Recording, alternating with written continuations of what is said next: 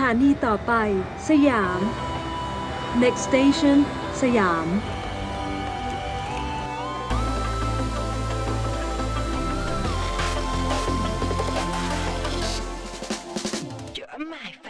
ซีซั่นหนึ่งเราจะพูดถึงความเจนซีที่หลากหลายเนาะคือแบบสับเจนซีเหตุการณ์แบบ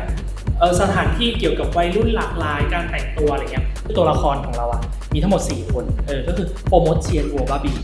สวัสดีฮะสวัสดีครับผมปายครับผมครับผมนิวครับพีเจนะครับผมเลี้ยวนะครับ4คนนี้คือเขาอยู่ในความสัมพันธ์ของการกักกันคือการตกลงกันนะว่าเราจะไม่มีสถานะจะไม่ชัดเจนกันทั้ง4คนจะไม่ได้เป็นแฟนกันแต่ว่ามันจะอยู่ในฐานะที่ให้ความสำคัญกันและกัน แต่ว่าก็ยังไม่ลงเอยในการเป็นแฟนกิจกรรมของเล็บเจลเป็นหนึ่งในวัฒนธรรมหนึ่งที่เด็กๆวัยรุ่นเดี๋ยวนี้เขาคิดกันแล้วเราก็เลยยกสิ่งนี้มาเป็นภาพหลักที่จะแสดงถึงว่าเรากำลังเข้าสู่ยุคใหม่ของความเป็นซีซั่นหนึ่งมันดูเดาทางได้เพราะว่ามันเปิดภาพของเจลบอยเป็นซีซั่นที่แบบให้เห็นว่าคอมมูนิตี้เจลบอยคืออะไรบ้างพอยหลักของซีซั่นหนึ่งก็คือการโดนกักเหมือนพอซีซั่นหนึ่งจบแล้วรู้สึกเสียดายเรายังอยากให้คนมันรักตัวละครไปต่อยังอยากให้คำว่าเจลบอยอยู่ในใจไปต่อเนี่ยตั้งแต่ซีซั่นหนึ่งจบ Final EP แล้วดูในโรงหนังกันจริงๆจบงานนั้นตัดสินใจว่าจะมีภาค2ไหมนะภาพวันที่แบบเราจัด3โรงแล้วก็น้องๆค่อยๆเดินไปทีละโรงแล้วก็แบบมันเห็นความรักของเขาอยากทำมันจริงแล้วก็ตัดสินใจว่าจะทำแม้ว่าตอนนั้นไม่มีเนื้อเรื่องในใจเลยก็เลยเป็นคำถามแบบว่าเอ้างั้นจะยังไงวะแบบว่าเราจะทำเรื่องอะไร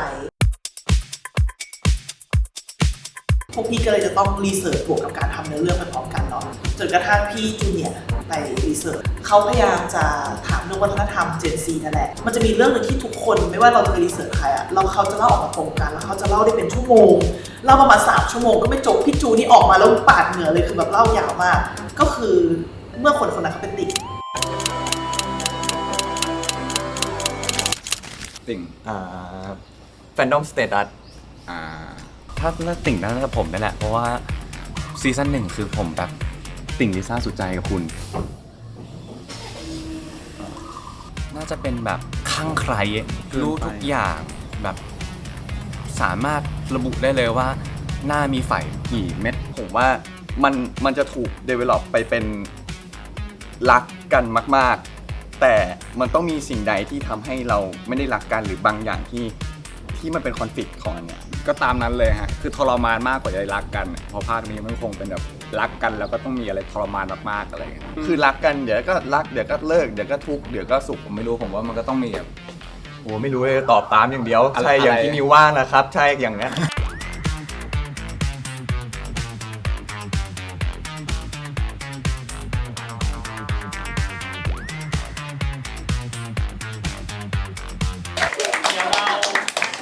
จะเริ่มวันนี้เป็นวันรีทูของโปรเจกต์เจียบอยซีซั่น2นะครับเรามาพร้อมๆกันเลยดีกว่าเพราะว่าบางคำเดี๋ยวพอไปอ่านเองอาจจะนึกไม่ออกก็เลยอยากให้น้องๆมาอ่านให้เราฟังเลยแล้วก็แบบให้น้องๆฝากใส่อินเนอร์เล่นใ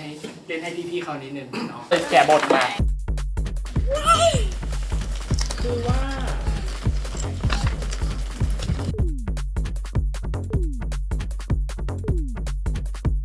รวมถึงอันนี้ก็เป็นจุดสำคัญที่ทำให้แบบหนังเรื่องนี้จุดฟูลสต็อปได้ก็เมื่อเราตัดสินใจให้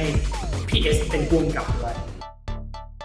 สวัสดีครับชื่อเอสปริญวัฒน์ครับเป็นผู้กำกับเจลบอยซีซั่น2เราเริ่มต้นจากการทำดอกเมนทารีก่อนเราทำของตัวแปลรัก1แล้วก็แปลรัก2แล้วหลังจากนั้นเริ่มได้ทดลองทำพวก MV เพลงแรกที่ทำเลยนะก็คือเป็นของซีรีส์แปลรัก3นี่แหละเป็นเพลงแปลไม่ออกแล้วพอมาซีซั่น2พี่ยงพี่บอสอะไรเงี้ยก็ชวนได้ทำตัวที่2คือเพลงผมพาระหว่างที่ทำ MV นั้นเราก็มีเขียนบทด้วยพอลูกกี้สร้างบริษัทขึ้นมาเราเริ่มคิดว่าจะทำเจลบอย1อะไรเงี้ยเขาก็เลยเหมือนแบบมาชวนเราซึ่งพอเรารู้เบื้องหลังเพราะเราเขียนบทเลยเราเลยรู้สึกว่ามันเป็นสิ่งที่เข้าใจยากนะกับการที่เราจะมาเปิดตัวด้วยคำว่าเจลบอยเลยก็เลยคิดว่าเราอยากทำ EP 0เราอยากทำด็อกคิวเมนต์เพื่อเล่าให้คนเข้าใจนิดนึงว่ามันคืออะไรได้ทำตัวนี้เสร็จแล้วปุ๊บก็เลยได้เข้าซีซั่น2เลยพี่บอลก็เลยแบบว่าทำไหมนี่คือการตัดสินใจที่ถูกต้องที่สุดของแบบพี่ทั้ง2คนเลยคือพี่รู้สึกว่าซีซั่น1มันยังมีความใกล้เคียงพี่กับพี่แตงแต่ซีซั่นนี้ถ้าพุ่งกลับไม่ได้เป็นติ่ง2คือไม่ได้เข้าใจความรักของมันจริงๆ พี่ว่ามันจะไม่ออกมาสมบูรณ์แบบมาก ซึ่งพี่ว่าพี่กับพี่แตงไม่สามารถทำหน้าที่นั้นได้ดีเท่ากับพี่เอสจริงๆเขาคือคนที่เข้าใจบทเรื่องนี้ได้ดีที่สุดกว่าทุกคนใครว่าเป็นคนที่ตาเห็นเสน่ห์ของที่เรามีอยู่นอกจากเอสจะเห็นศิลปินแล้วอ่ะเอสยังเห็นเจลบอยอีกเห็นในระดับลึกอ่ะก็เลยรู้สึกว่าโอ้โหมันแบบมันครบองค์ประกอบอ่ะมันครบองค์ประกอบมากพี่รู้ทุกคนว่าทุกคนอาจจะคาดหวังให้พี่กำกับแต่พี่เชื่อว่าพี่จะกำกับออกมาไม่ดีเท่าพี่เอสเชื่อป่ะว่าตอนแรกอะตอนที่ได้รับโจทย์ว่าต้องทำแล้วก็เขียนบทอยู่อะไรเงี้ยเราไม่มีความกดดันเลยเพราะเราไม่ได้เห็นภาพขนาดนั้นว่ามันจะกดดันยังไงแต่มันคือจุดเปลี่ยนเลยมันคือวันแรกของการรีทูเลยมันเป็นโมเมนต์ที่แบบว่าเฮ้ยตื่นอะเราแพนิคเลยรู้สึกว่าเฮียอันหนึ่งนี่มันวันจริงแล้วเหรอวะทุกคนอะมันเหมือนเป็นแทน first impression ทุกคนรวมถึงนักแสดงไม่มีใครรู้เลยว่าซีรีส์จะเล่าเรื่องอะไรตัวนักแสดงหลักก็ช็อกนะเชี่ยเล่าเรื่องความสัมพันธ์ติ่งเลยเหรอวะโปรโมทกระเชียนอ่ะมันมีคนนึงนำแล้วคนนึงตาม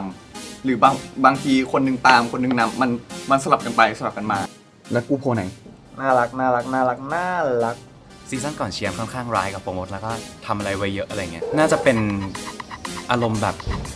ภาคนี้โปรโมทเอาคืนเชียร์เป็นแบบไม่เอาดิเฮ้ยทำไมอ่ะทุกคนครับฝากมองรูปผมให้ชินนะครับตอนสบตาตัวจริงจะได้ไม่เขินไงโอ้ยโคตรจะแฟนโคตรจะเล่นกับใจอ่ะภาคก่อนอาจจะเป็นโปรโมทที่ไล่ตามเชียร์แต่ว่าภาคเนี้ยจะเป็นเชียร์ที่ไล่ตามโปรโมทใน IG มึงอ่ะลงรูปคู่บ้างดิยังไงลงแล้วนั่นก็มือมึงนะแต่สำหรับคู่บัวบ้าบินเนี่ยผมว่ามันเป็นอะไรที่มันเหมือนชนกันตลอดเวลาถ้ามันแยกกันอยู่แบบว่ามหาลัยกับม.6อ่ะแต่คิดว่าบ้าบินไม่น่ามีปัญหาคิดว่าบ้าบินน่าจะเป็นตากล้องเลยแหละแบบถ่าย TikTok ให้บัวน่าจะซื้อแบบซื้อไม้ถ่ายซื้อที่ถ่ายซื้อขาตั้งซื้อไฟเชี่ยมึงน่ารักเกินไปว่ะวอนยองสาขาเมืองไทยปะเนี่ยกูถ่ายจนการ์ดกูเต็มเลยมึงวอนยองเองเหรอซีซั่นนี้มันคือโตตามเชียร์โปรโมทบัวบ้าบินเลยเมื่อเขาเข้าสู่โลกมหาลัยแล้วความสนใจเขาเริ่มเปลี่ยนไปคือสนใจแค่แฟนกับศิลปินเอาจริงตอนนั้นบทไม่เสร็จด้วยเสร็จแค่7 EP ที่บอยก็เลยเล่าให้ทีมฟังคือทีมทุกคนนั่งแบบว่าทีมงานทุกคนร้องไห้โอ้โหเราหันมาหาพี่บอยเนี่ยเราวันนั้นเราแบบเข้าใจความรู้สึกแล้วว่าซีรีส์ที่มันแบบคอมพลีทตั้งแต่บทมันเป็นยังไงเกมออนทุกอย่างถูกเริ่มต้นขึ้นแล้วไม่มีอะไรจะพูดแล้วใครจะดูก็ดูทั้งสองอ่ะมันดีนะแต่มันไม่ไหวอ่ะมันดีมากแต่ว่าหลังจากเขียนบทเสร็จทุกอย่างพี่บอสต้องไปพักน้ำตาไหลเป็นสายน้ำไม่เอาอะไรแล้วชีวิตนี้เจลบอยให้คุณเลยขออะไรก็ได้ที่ไม่ร้องไห้แบบในห้องอ่านบทชอบซีซั่น2มากชอบมากแบบชอบกว่าซีซั่น1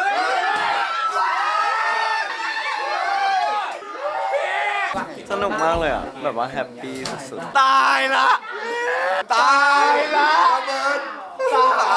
การที่แบบซีรีส์มันออกมาทำให้คนยิ้มได้ขนาดนี้คือเชื่อว่าเมื่อกี้แก้มจะฉีกมันหลายความรู้สึกมากนะมันจำกัดด้วยคำเดียวไม่ได้เลยพอได้อ่านแบบรวดแล้วมันต่อเนื่องกันหมดภาพเลยแล้วมันก็คิดตามเห็นภาพตามปักเมนซีซั่น2เลยเราว่าตัวซีรีส์เจลบอย2อ่ะสิ่งที่มันแตกต่างไปแล้วก็สิ่งที่มันเดเวลลอปมาคือการใช้กล้องใหญ่ชื่อต้านะครับเป็น DP ของเจลบอยซีซั่น2ครับ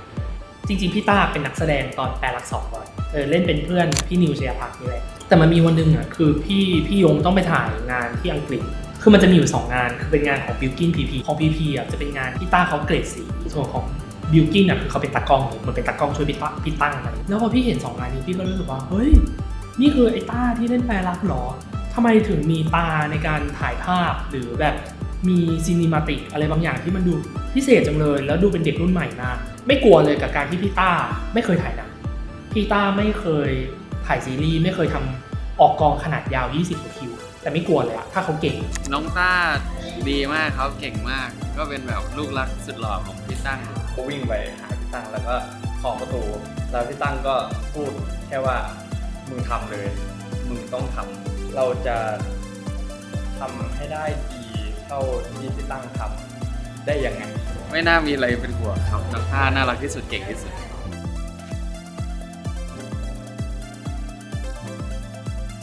จริงๆจุดเริ่มต้นไอเดียมาจากผู้กำกับพอมันเป็นเลนส์กล้องมือถือเนาะความชัดตื้นชัดลึกก็มันจะเท่าๆกัน แต่มันเหมาะกับมูดซีซั่น 1ที่ต้องการเล่าแบบเจนซีไวๆฉุบฉับตามสไตล์พี่บอลทีนี้พอมันเปลี่ยนเป็นผู้กำกับพี่เอ็นเขามองเจอไวซีซั่น 2เป็นมูดแบบที่มันดูซีเนมาติกขึ้นดูแบบว่ามีความหนาขึ้นมันจะดิบกว่าอารมณ์มันจะลึกขึ้นพอเปลี่ยนกล้องอาการไลติ้งอะไรทุกอย่างก็จะต่างไปเราต้องการเล่าในเชิงฟิกชันขึ้นในตัวซีซั่น2มีสตรัคเจอร์ที่มันแบบว่าใหญ่ขึ้นเราก็เลยเปลี่ยนวิถีใหม่ว่าซีซั่นนี้โทรศัพท์ไม่เหมาะแล้วอะแล้วคุณว่าคนไหนเนี่ยเขาหล่อสุดในเรื่องครับ ไม่มีงั้นแหละตอนแรกที่จะตัดสินใจเปลี่ยนเป็นกล้องใหญ่ก็คุยกันสักพักเหมือนกันว่ามันเปลี่ยนได้จริงไหมแต่สุดท้ายอ่ะด้วย mood and tone ของซีซั่น 2มันพามาจนแบบทุกคนก็เห็นตรงกันว่าจริงๆมันต้องเป็นกล้องใหญ่เลยเพราะว่าด้วยภาพที่เห็นก็เลยต้องเหมือนคุยการจัดการที่มันยากขึ้นกว่าซีซั่น 1อีกแล้วภาคเนี่ยคือสเกลมันใหญ่ขึ้นแบบมโหฬารการถ่ายด้วยกล้องใหญ่มันก็มีอีกภาษาหนึ่งพอเป็นกล้องใหญ่มันก็จะตามมาด้วยคนที่เยอะขึ้นหรือแบบว่าอุปกรณ์อะไรที่เยอะขึ้นการทำงานมันก็เลยจะยากขึ้นแต่สุดท้ายก็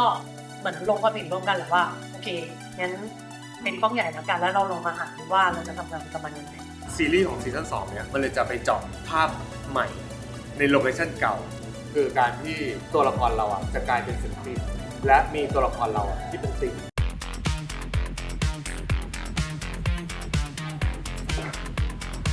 ก็สำหรับคนที่ดูคลิปนี้อยู่นะครับก็ถ้าได้ดูก็ลองทายมาดูนะว่าชุดเนี้ยไปที่ไหนพอซีซั่น2เนี่ยอิงกับความเป็นแอนิเมชันของตัวการ์ตูนอะไรอย่างนี้คาแรคเตอร์ของแต่ละคนก็เลยเปลี่ยนไปแล้วก็บวกกับเนื้อเรื่องมันมีโครงสร้างของความเป็นไอดอลการแมทมันก็เลยสนุกขึ้นจริงๆตัวโฟร์มดเนี่ยมันก็เนี่ยเป็นซีซันอย่างนี้อยู่แล้วแต่ว่าภาคนี้มันมีความคือหมายถึงว่าเราใช้คำนี้กันเนาะว่ามันเป็นภาคกายร่างมันเป็นการกายร่างมันเป็นการกายพันธุ์เหมือนแบบว่าเป็น X-Men ที่ฉีดยาเข้าไปปังเป็นแบบซุปเปอร์ไซย่าร่าง3อะไรเงี้ยมีพลังแบบปืดเพราะว่าผมมันเป็นความรู้สึกนั้นนะที่แบบปุ๊บตุ้งปืดคือเรื่องมันคือเรื่องติ่งแฟนติ่งนั่นแหละมันจบด้วยคู่ใครคู่มัน2คู่แฟนจะเดเวลลอปยังไงคู่เชียนโฟร์มดแค่ความรักหึงหวงมันไม่พอนะเลยได้เส้นเรื่องใหม่เลยโฟร์มดต้องเดบิวต์โฟร์มดก็เป็นคือมีชื่อเสียงก็โด่งดังมีชื่อเสียงพ่อแม่สบายใครๆก็ภูมิใจเฮ้ยพี่ใบอย่าพึ่งดิ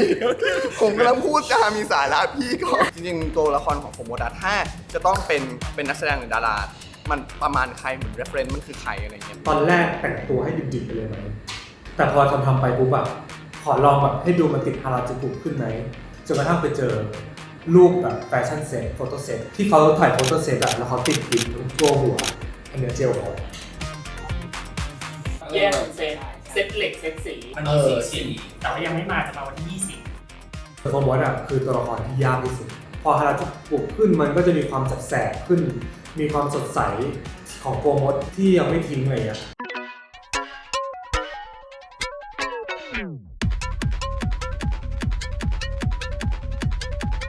ของเชียร์คือชัดในซีซั่น1เขาก็เข้ามหาลัยแล้วเขาก็ค่อนข้างจะแฟชั่นแล้วรู้สึกว่าอยากให้มีภาพจำอะไรบางอย่างที่ชัดขึ้นเราเลยนั่งหาแพทเทิร์นของตัวพังของตัวแบบพวกเจร็อกอะไรอย่างเงี้ยแล้วเราก็เจออิเลเมนต์หนึ่งเรารู้สึกว่าพวกพังเขามักจะมีลายเสือดาวเราเลยโยนเสือดาวไปให้เชียร์เลยสนุกมากเลยครับผมมีเสื้อผ้ามากมายหลากหลายแล้วเหมือนแบบเสื้อผ้าต้องมีหลายเลเยอร์แบบด้วยความเป็นเจลบอยคิดว่าเชียร์กล้าแต่งตัวที่ออกจากเซฟโซนมากขึ้นเป็นคนเดียวในเรื่องที่มันก็ใส่เกงขาสั้นสั้นเลยหัวเข่าขึ้นนี่อยู่คนเดียวซีซั่น1จะแบบเสื้อมันจะสั้นใช่ไหมขอพี่ตอนนี้กางเกงสั้นบ้างแล้วคือหลายอย่างมันขึ้นลงอะไรอย่างเงี้ยไม่แต่ว่าผมให้นะซีซั่น2เนี่ยถ้าพูดว่าตัวละครตัวไหนที่คอสตูมที่ผมชอบที่สุดผมให้วิเชียรมาศ ผมว่าผมชอบที่สุดเลยมันคือตาตึงใจผมว่าหน้าคุณเนี่ยจะไปอยู่บนอินเทอร์เน็ตอีกยาวไกลคุณลืมสิ่งนั้นไปก่อนผมไม่ขออะไรเลยผมขอแค่คุณจับตาผู้ชายคนนี้มาให้ดีแล้วคุณเตรียมแคปจังหวะที่ผู้ชายคนนี้ออกมาว่าเพราะไม่งั้นนะคุณก็จะพลาดครับ รีโพสต์ได้แต่อย่าโค้ดก็พอ เป็นคอสตูมที่ต่อให้ผมจะใส่อะไรมากแค่ไหนผมก็ไม่สามารถสู้เขาได้ เพราะว่าเขาแบบคือที่หนึ่งอ่ะคือคุณเดินไปไหนคนก็ต้องมองอ่ะผมพูดเลย ใช่ครับ ตอนแรกผมก็แซวคุณไปด้วยว่าเฮ้ยชุดแรงนะเนี่ยพอใส่เองผมหน้าซิด โอ้โหผมบอกเลย ส่วนของคู่บัวบ้าบินเนี่ยมันชัดอยู่แล้วว่าจุดเริ่มต้นของสองคนเนี้ยมันเจอกันผ่านเอกแล้วก็มาสปาร์กกันผ่านคอนเสิร์ตแบ็คพิงค์ในนิยามความสัมพันธ์ของสองคนเนี้ยมันจะต้องมีติ่งอยู่ในความสัมพันธ์ของสองคนนี้แน่ๆคู่เนี้ยเลยได้นิยามขึ้นมาว่าแฟนเป็นติ่ง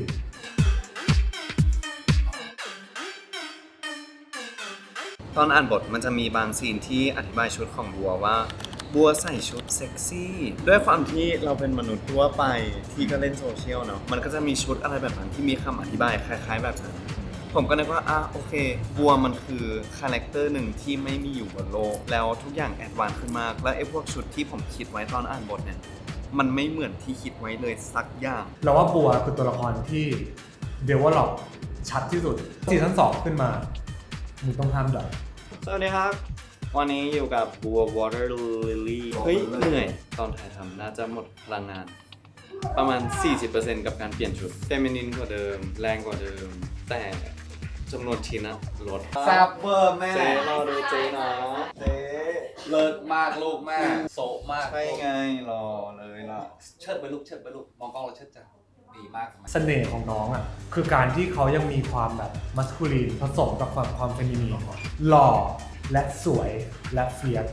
แต่ก็ไม่ทิ้งความเท่นะครับ คือสิ่งแรกผมจำได้สิ่งแรกที่ผมคิดไว้ตั้งแต่ซีซั่น1จบ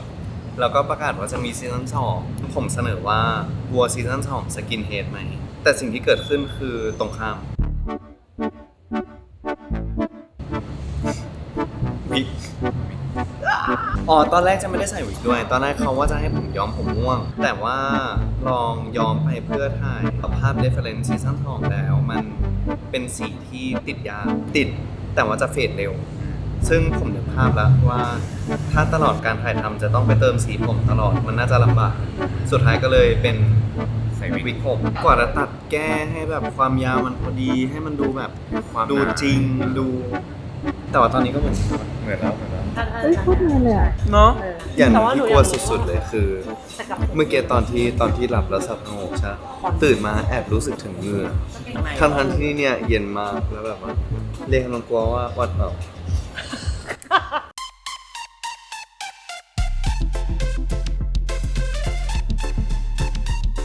ส่วนของบ้าบินอ่ะสิ่งที่เราอยากให้เดเวลลอปก็คือความซ่ารู้สึกว่าซีซั่น1มันมีความเป็นดอกแบกแล้วแหละแต่ทีนี้คือมูดแอนโทนของซีซั่น2มันอยากได้ความเท่ซีซั่นนี้มันก็เลยจะเป็นแบบบ้าบินในร่างที่แบบว่าแฟชั่นนิต้าขึ้นอีกผมคิดคอนเซปต์ได้ในหัวเมื่อกี้คือเหมือนบัวช่วยจับแต่งตัวซีซั่น1มันจะเน้นเป็นสีดำแล้วก็เน้นแบบการถมหรือว่าการแบบเล่นเลเยอร์เสื้อผ้าอะไรเงี้ยแต่ซีซั่นนี้มันเหมือนกับเพิ่มสีสันแบบเพิ่มสีน้ำเงินเพิ่มสีชมพูเพิ่มแบบอะไรเงี้ยมันมีการเล่นที่เยอะขึ้นของผมก็จะได้ใส่เป็นแบบอย่างนี้ก็จะเป็นเสื้อกล้ามเป็นเสื้อที่รัดตัวมากขึ้นกางเกงมีแบบมีความหลายทรงมากไปใส่กระโปรงบ้างไปใส่กางเกงที่มันขาดๆยาวๆบ้างเลยซึ่งมันแบบหลากหลายมากซีซั่นนี้ตอนแรกผมก็ไม่คิดว่าชุดหรือว่าเสื้อผ้ามันจะเวอร์ขนาดนี้เพราะว่าตัวละครบ้าบินคือมันก็ไม่ได้คือถ้าเทียบกับซีซั่น1เทียบกับ3ตัวละครเลยเป็นตัวละครที่แต่งตัวน้อยที่สุดนักศึกษาปี1ครับอย่างปี1แล้วเป็นทรงเนี่ยตอนทรงปี1จริงๆคือไม่ได้เลยถ้าปี1ครับรู้สึกว่าจะกลับไปใช้เวลากับเพื่อนๆได้เต็มที่แล้วก็จะตั้งใจเรียนกว่านี้ครับเราอยากเติมความเท่บางอย่างให้บ้าบินก็เลยตั้งโจทย์เลยว่าบ้าบินต้องทำสีผมเลยทำไฮไลท์ทองคนเดียวเลยของเรื่องวันนี้ทำสีผมแบบครั้งแรกในรอบ7ปีที่ผมไม่ได้ทำสีผมเลยตื่นเต้นมากคือคิดอยู่ว่ามันจะรอดหรือเปล่ารอดูเหมือนกันว่าออกมาแล้วมันจะเป็นยังไงคนเห็นผมสั้นเยอะแล้วอะไรเงี้ยแต่เหมือนพี่ตัวตีนะพี่สไตลิสต์เขาอยากให้แบบทำสีมีความแตกต่างมากก็เลยเราเป็นเลือกเป็นทรงที่ตัดสั้นแต่ว่าทำเป็นไฮไลท์สีทองนิวเชียร์พาร์คแล้วก็ชอบนะรู้สึกว่ามันดูเพิ่มอะไรขึ้นมาดูเป็นประสบการณ์ที่ถ้าเกิดสมมติว่าอยู่เฉยๆแล้วให้ไปทำเองคงไม่ทำเลย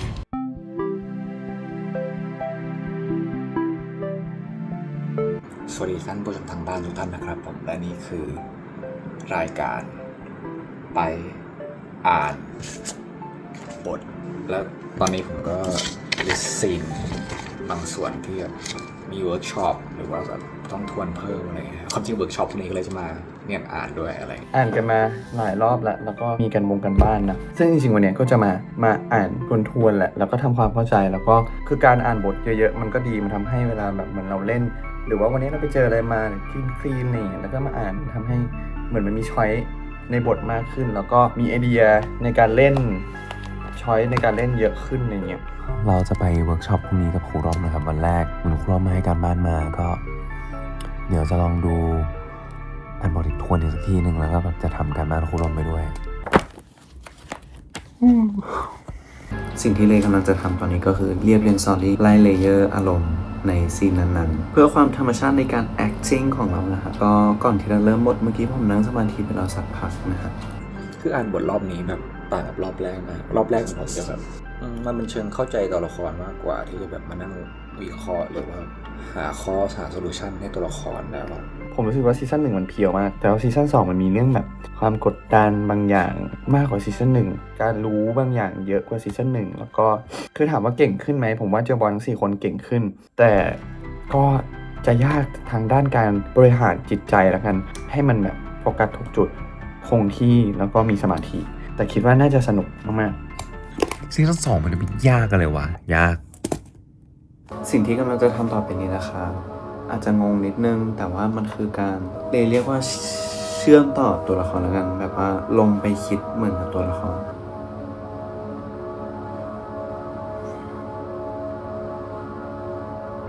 ไม่รู้คนอื่นเป็นปะนะเราอยู่กับซีซั่น1มาสนิทกับตัวละครสิ่งที่ชอบสิ่งที่ไม่ชอบเรื่องราวชีวิตแล้วพอซีซั่น2เหมือนแบบอ่านในฟิลเตอร์ตัวละครทันทีอะไรเงี้ยเข้าใจตัวละครค่อนข้างเยอะมากเลยก็ผมรักตัวละครนี้มากนะผมรักมันจริงๆเนี่ยแบบผมรักบ้าบินมากอะผมว่า1 ปีที่ผ่านมาผมพัฒนาหลายอย่างกันนะก็น่าจะเก่งขึ้นแหละผมไม่ได้จะร้องไห้นะผมรู้สึกว่าผมรักมันมากรักเจลบอยสุดหัวใจเอาจริงยังคนลุกเลยกระบฏอะคือแบบโหต้องให้นะคุณบอยคุณโนยกับพี่แตงพี่เอ็ดนะคิดได้ไงอะมากกว่าคิดได้ไงคือไอคนเล่นอะเล่นยังไง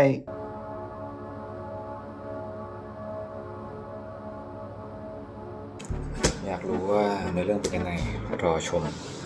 อยากรู้ว่าจะจบยังไงรอดู Jail Boys Season 2 baby เดี๋ยวผมจะไป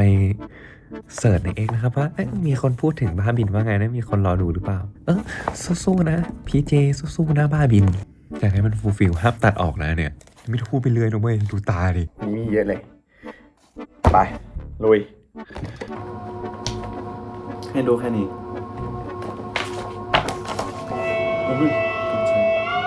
พรุ่งนี้เวิร์กช็อปกับครูร่มวันแรกก็หวังว่าน่าจะได้เจออารมณ์ใหม่ๆแล้วก็เหมือนไปเคาะสนิมการแสดงตัวเองว่าเรายังเวิร์กอยู่นะขอบคุณครับรอดูนะ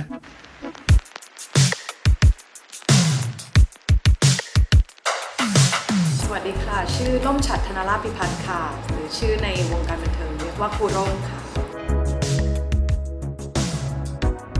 จริงๆแล้วตัวน้องๆเนี่ยก็ทำงานกับตัวละครตัวนี้มานานแล้วแต่ว่าในซีซั่นนี้มันพูดถึงเรื่องของพัฒนาการของตัวละครเนาะตัวละครโตขึ้นในซีซั่นนี้เราก็มาขีดเส้นให้เคลียร์ขึ้นว่าตัวละครเนี่ยเติบโตไปอะไรที่เขาเรียนรู้มากขึ้นในซีซั่นนี้และอะไรเป็นสิ่งที่เขาจะต้องเรียนรู้เข้าไปอีกเพื่อให้เกิดพัฒนาการตอนจบซีซั่น2 ก็ในกระบวนการเวิร์กช็อปค่ะแล้วก็เราขอแบ่งเป็นคู่ก่อนคือคู่แรกคู่ของนิวกับไปป่ะค่ะคือทั้งคู่เขาโตกับตัวละครแต่ว่าความอุปกรณ์ของนักแสดงของเขาอะค่อนข้างแบบแน่นตัวละครในเจเนอเรชันใหม่ทำยังไงให้เข้าใจระหว่างเขากับตัวละครที่มันต่างกันอันนี้มันก็จะเป็นสิ่งที่ต้องพัฒนาสำหรับ2 คนเราใช้สะโพกเป็นเหมือนสายน้ำน้ำคือ 90% ในร่างกายของเราเวลาที่เราต้อง move audible exhale นี่นะใช้มือแตะสร้างความเป็นน้ำให้กับร่างกาย ช้าๆอย่าลืมว่าตอนนี้คือการเสพผ่านการสัมผัสอย่าลืมว่านี่คือ physical nothing to do with you มันคือ physical ที่ทำงานในจังหวะเดียวกันค่อยๆถอยออกจากกันช้าๆโดยที่ feel magnet นะกูใช้คำว่าเหมือนพลังงานค่อยๆออกจากกันช้าๆ feel พลังงานแล้วโดยเฉพาะคู่เนี้ยมันคือความสัมพันธ์และน้ำหนักเราชอบใช้คำว่าอุณหภูมิว่าเขาต้องเล่นอุณหภูมิประมาณหากล้ามเนื้อที่เขารู้สึกสบายเวลาที่เขาจะเล่นเราก็ใช้ศูนย์พลังงานนะคะที่เราเรียกว่าจักระเนาะศูนย์พลังงานให้เขาเข้าใจว่าในพลังงานของมนุษย์เราเนี่ยในความเป็นเด็กเขาแบกพลังงานแบบไหนนะคะอันนี้ก็เป็นสิ่งที่ทำคู่นี้ซึ่งแตกต่างมากกับเลออนแล้วก็พีเจเพราะว่าทั้งคู่เนี่ยคือเด็กเจเนอเรชันนี้เลยความเข้าใจเนี่ยคือใช้ได้เลยเนาะแต่ว่ามันอาจจะเป็นเรื่องของการเชื่อสัญชาตญาณ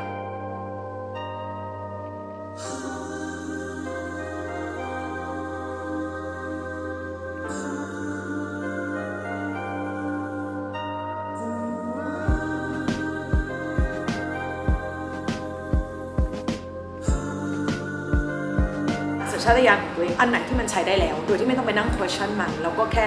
ทำไปเพราะว่าด้วยวัยของเขาก็กังวลเนาะคือทุกคนอยากให้งานมันออกมาดีมันก็จะมีความกังวลว่าอันไหนตัวเราตัวละคร invoice scene นะคะซีนคือเราจะไปหาห้องเช่าอยู่ด้วยกันตอนนี้เราไม่รู้เขาอาจจะปฏิเสธเราก็ได้นะ ไปดูห้องไหมห้องไหนก็คอนโดไงอยู่อพาร์ตเมนต์เลยเหรอคอนโดไหนปะได้แต่ว่าไปดูคอนโดได้ไหมไปดูแบบหลายๆที่อะไรแบบใจที่ชอบ พอเขาขีดเส้นเคลียร์ว่าอันไหนคือเขาอันไหนคือตัวละครเขาสามารถที่จะเชื่อตัวเองได้เยอะกว่าเพราะว่าอะไรก็แล้วแต่ที่เขานำเสนอเนี่ยมันใช่อยู่แล้ว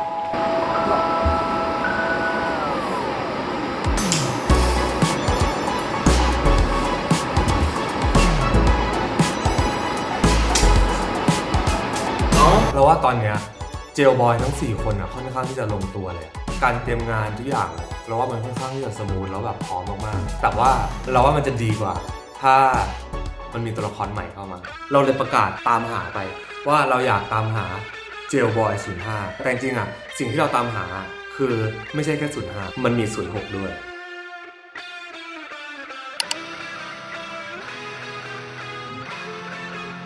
ซึ่งต้องรอดูว่า 0506 จะเป็นยังไงแล้วเขาจะเข้ามาช่วยทำให้เรื่องราวสนุกกว่าเดิมได้ยังไงฝากด้วยครับ